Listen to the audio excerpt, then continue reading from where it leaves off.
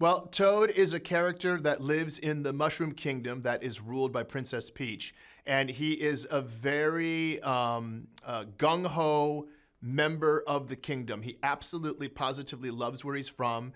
And when he encounters Mario, he wants to show Mario everything about this wonderful place where he lives. He's also a stout defender of the Mushroom Kingdom. He would do anything he has to do to protect his home.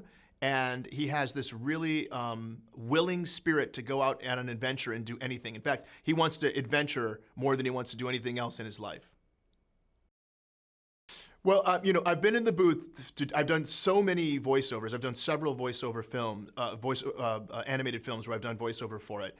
And this one is really special because I had the opportunity to really do a voice that's so completely different from my voice. Sometimes you go into the booth and somebody wants you to have a voice that's very similar to yours so that everybody kind of recognizes it's you, and you will not be able to recognize it's me in this movie. And that to me was a really proud accomplishment. Well, when I created the voice for Toad, what I wanted to do was kind of emulate a friend of mine who has these very particular patterns and rhythms. So I was using my friend as the model. And then when I got to the director, I was using my voice as you hear it now.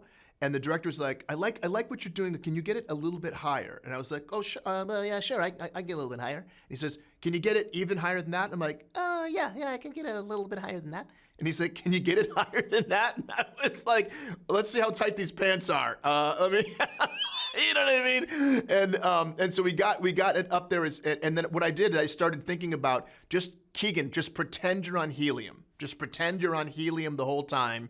And then I would just imagine myself sucking on a helium balloon so I could get to the voice. Just using a little bit of the old imagination, if you will. I tried to stay on the page as best as I could because this movie, the story and the plot lines are very lean and very exciting in and of themselves. But I was given a lot of leeway to improvise. In fact,